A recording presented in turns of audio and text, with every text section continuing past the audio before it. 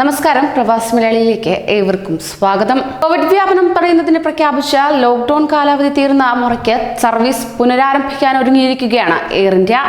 ആഭ്യന്തര വ്യോമയാന രംഗത്ത് മെയ് 4 മുതൽ തെരഞ്ഞെടുത്ത സർവീസുകൾ വീണ്ടും ആരംഭിക്കാനാണ് എയർ ഇന്ത്യ തീരുമാനിച്ചിരിക്കുന്നത്. ഇതിന്റെ ഭാഗമായി ടിക്കറ്റ് ബുക്കിംഗ് ആരംഭിച്ചു കഴിഞ്ഞു. രാജ്യാന്തര സർവീസുകൾ ജൂൺ 1 മുതൽ പുനരാരംഭിക്കാനാണ് എയർ ഇന്ത്യ തീരുമാനിച്ചിരിക്കുന്നത്.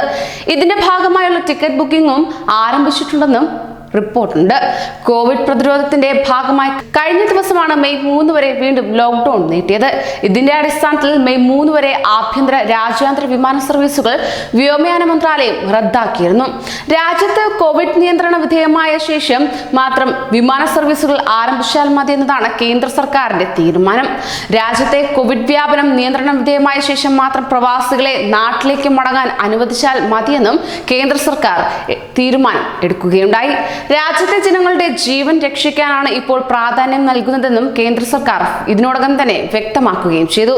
മെയ് അവസാനത്തോടെ കോവിഡ് വ്യാപനം നിയന്ത്രണ വിധേയമാക്കുമെന്ന കണക്കുകൂട്ടലിന്റെ അടിസ്ഥാനത്തിലാണ് എയർ ഇന്ത്യ ജൂൺ 1 മുതൽ രാജ്യാന്തര വിമാന സർവീസുകൾ പുനരാരംഭിക്കാൻ തീരുമാനിച്ചിരിക്കുന്നത്.